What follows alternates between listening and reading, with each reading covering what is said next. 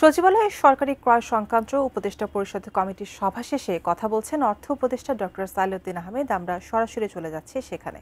Balance food এবং যেন খাদ্য যেন কোনো ইসে না হয় সেটা আপনি দেখেন যে ডেইলি যে আমরা ইসে করছি। পরশু দিন আমরা তো মিটিং করলাম, ওখানে আমরা ইনশিওর করছি আমাদের যে স্টক যেন যথেষ্ট থাকে এবং সাথে সাথে আমরা অলরেডি প্রেডিক্ট করেছি এবং কত প্রাইসও দেখলেন। এবার আমরা একটু সেফ সাইডে থাকার জন্য একটু দামও বাড়িয়ে দিয়েছি, ধানের দামও বাড়িয়ে দিয়েছি, চালের দাম যাতে ইসে করে হয়। দুইটা দিক আমরা দেখি যাতে স্টকটা বাড়ে, সাথে সাথে কৃষকের জন্য না ক্ষতি হয়, কারণ ওদেরও একটা ইসে ব্যাপার। যেমন আমরা ধান কিনছি কেন, কারণ ধান না কিনলে হয় কি, অনেকে ধান নিয়ে বসে থাকে, ওই চাতাল মালিকরা এসে তো কোনো ধান নিয়ে চলে যায়, মানে অল্প দামে।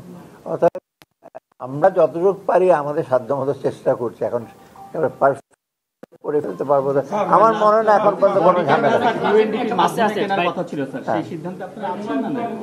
এটা আপনারা জানতে পারবেন তো, ওইটা তো আমরা ডিসিশন নেবো 2 দিন পরে।